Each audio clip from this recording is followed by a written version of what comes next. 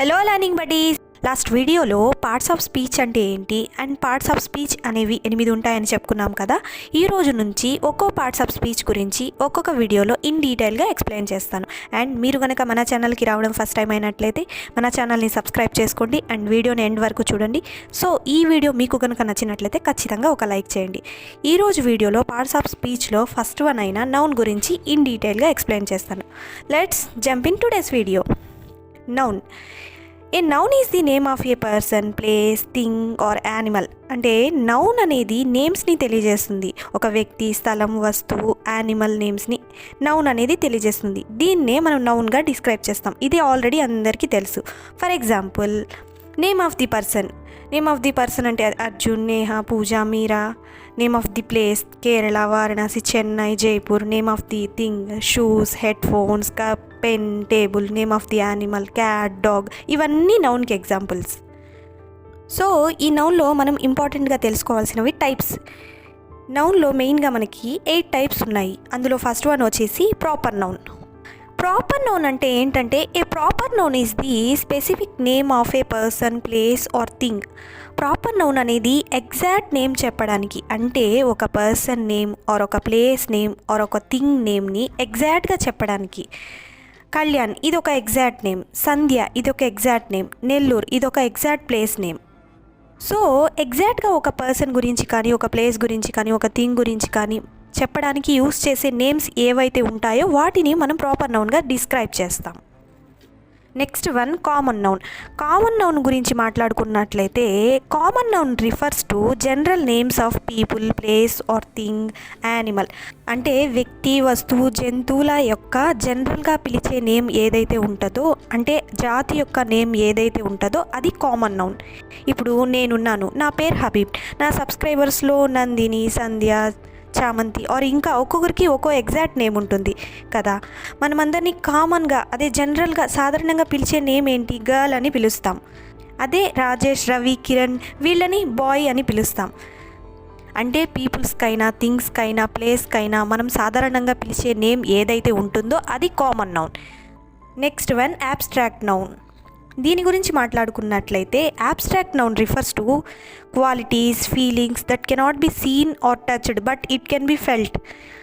ఏ వస్తువులనైతే మనం చూడలేమో, టచ్ చేయలేమో, బట్ వాటిని ఫీల్ అవ్వగలుగుతామో ఆ థింగ్స్ యొక్క నేమ్స్ని అబ్స్ట్రాక్ట్ నౌన్గా మనం అంటాం. ఇవి మన యొక్క క్వాలిటీస్ని, ఫీలింగ్స్ని రిఫర్ చేస్తాయి. Like for example feelings, happiness సంతోషం, సంతోషాన్ని నేను ఫీల్ అవ్వగలుగుతాను కానీ చూడలేను, టచ్ చేయలేను. సాడ్నెస్ బాధ, ఈవెన్ బాధను కూడా ఫీల్ అవ్వగలుగుతాము, చూడలేము, టచ్ చేయలేము. Qualities honesty, patiency, bravery. So వీటన్నిటినీ మనం చూడలేము, టచ్ చేయలేము కానీ ఫీల్ అవ్వగలుగుతాము. సో ఏవైతే మనం చూడలేమో, టచ్ చేయలేమో కానీ ఫీల్ అవుతామో ఆ థింగ్స్ యొక్క నేమ్స్ని అబ్స్ట్రాక్ట్ నౌన్గా కన్సిడర్ చేస్తాం. Next one concrete noun. ఇది ఫోర్త్ నౌన్. దీని గురించి మాట్లాడుకున్నట్లయితే it refers to things that can be seen, touched, smelled or tasted or called as concrete noun. అంటే మనం ఏవైతే చూడగలుగుతామో, టచ్ చేయగలుగుతామో, టేస్ట్ చేయగలుగుతామో, స్మెల్ చేయగలుగుతామో వాటిని కంక్రీట్ నౌన్ అని అంటారు. Like for example flower. ఫ్లవర్ని చూడగలుగుతాము, టచ్ చేయగలుగుతాము, స్మెల్ చేయగలుగుతాము. కేక్ చూడగలుగుతాము, టచ్ చేయగలుగుతాము, టేస్ట్ చేయగలుగుతాము. డాగ్ చూడగలుగుతాము, టచ్ చేయగలుగుతాము. సో మనం 5 సెన్స్ ద్వారా ఐడెంటిఫై చేసే థింగ్స్ యొక్క నేమ్స్ని కంక్రీట్ నౌన్ అని అంటాం. 5 సెన్స్ అంటే పంచేంద్రియాలు అంటాం కదా, అవి. Coming to the next one collective noun.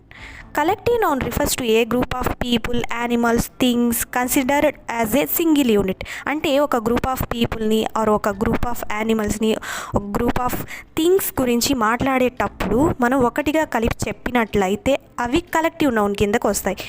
For example a group of players team అంటున్నాం, a group of birds flock అంటున్నాం, a group of students class అంటున్నాం, a group of peoples crowd అంటున్నాం.